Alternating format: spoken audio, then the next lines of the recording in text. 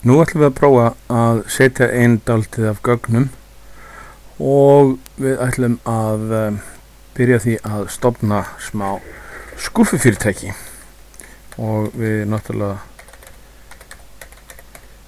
kallum það skúffufyrirtæki h.f ekki mál.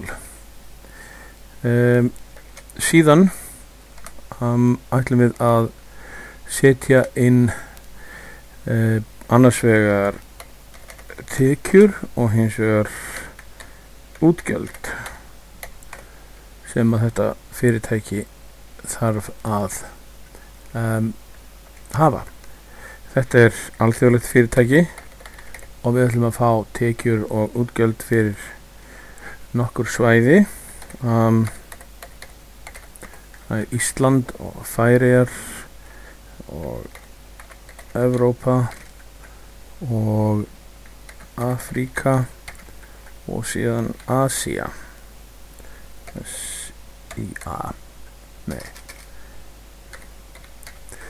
Og síðan ætlum við að fá síðasta dálkinn sem er alls. Þegar maður er með takmarkaða stærð svona eins og þetta, þá getur maður farið hérna neðst og ítt á þennan litla plús og stækkað sjónarhornið á þetta, þannig að maður sér betur það sem maður er að gera.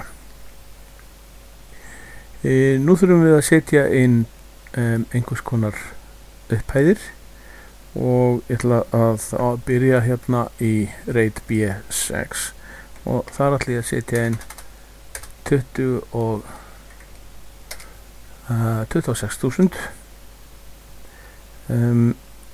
Síðan tekjurnar fyrir Færeyjar er 20.000. Ég nota ör til hægri til að hoppa hérna á milli. Síðan kemur 30.000 og svo 45.000 og í Asíu er það 28.000. Útgjöldin hins vegar eru hér.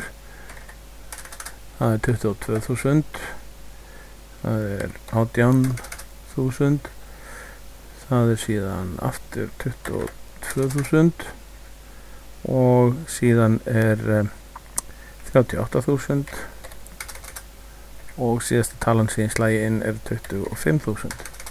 Svona.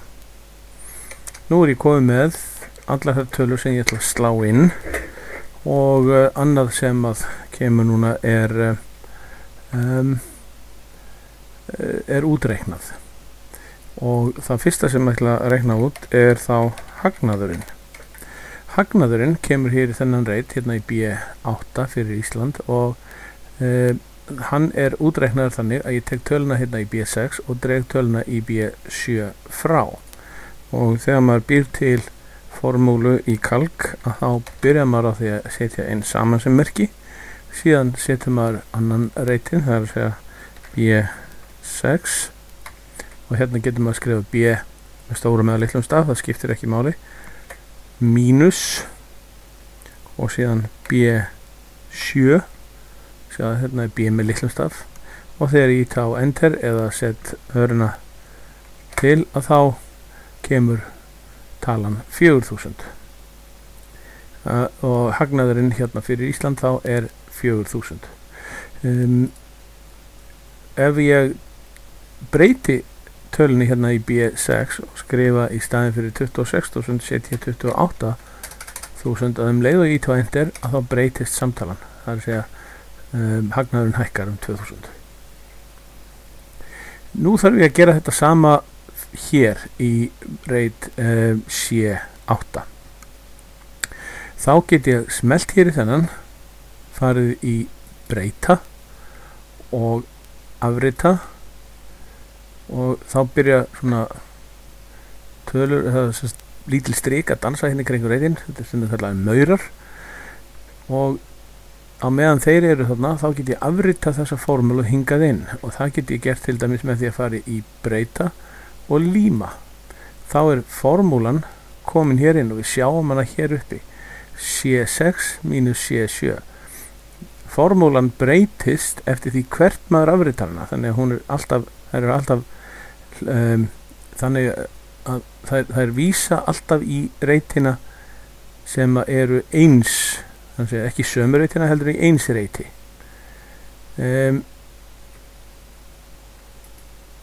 Ef ég ætla að setja síðan hérna fyrir Evrópu, þá get ég smelt hérna og ég geti til dæmis notað þennan hnapp hér, afrita hnappinn, eða eins og sést þarna, ég get notað Ctrl+C, þannig að ef ég gerir Ctrl+C og afrita þennan reit, fara hérna inn og þá get ég gert aftur Ctrl+V eða þennan líma takka hérna, Ctrl+V. Og í rauninni, á meðan að þessir maurar eru að dansa hér í kringum þennan reit, að þá virkar að gera Ctrl+V aftur og aftur, svona, og þeir hætta ekki fyrir en að ég biðum einhverja aðra aðgerð eða íti á Escape sem er efst til vinstri á lyklaborðinu, svona. Og nú get ég ekki lengur límt inn. En nú er ég komið með hérna hagnaðartölur fyrir öll svæðin og þá vantar okkur aðeins að fá heildarsumurnar hérna. Og það er þessi hnappur hér, summuhnappurinn. Þetta er gríski stafurinn epsilon sem að gefur okkur summu, og ef ég smelli á þetta þá tekkar forritið á því hvað er næsta töluröð, finnur hana, spyr hérna hvort að þetta sé það sem við viljum reikna. Viljum við reikna semst summu á tölunum frá B6 til F6, og ef að það er í lagi þá höfum við tvær aðferðir til þess að samþykja það. Við getum smelt á þetta tákn hér sem er samþykja, eða að við ítum á Enter sem ég geri þarna.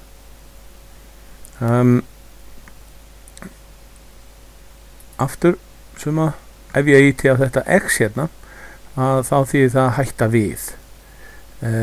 Ef ég til dæmis set hérna inn þessa summu og bæti síðan einhverju við, eins og +5 hérna, að þá hef ég tækifæri til að hætta við þetta. Ef ég hins vegar gerir það ekki, ef ég set hérna inn Enter og þessi summa er orðin röng, og þá hef ég þennan hnapp hér til þess að taka þetta tilbaka. Þetta er afturkalla hnappurinn, og með því að íta á hann eða með því að gera Ctrl og setu, þá get ég hoppa tilbaka og hérna leiðréttist sem sagt formúlan með því að gera Ctrl setu. Og enn og ný íti á summutakkan og fæ summu fyrir hagnaðinn. Þannig að hérna sjáum við heildartölurnar úr tekjum, útgjöldum og hagnaði.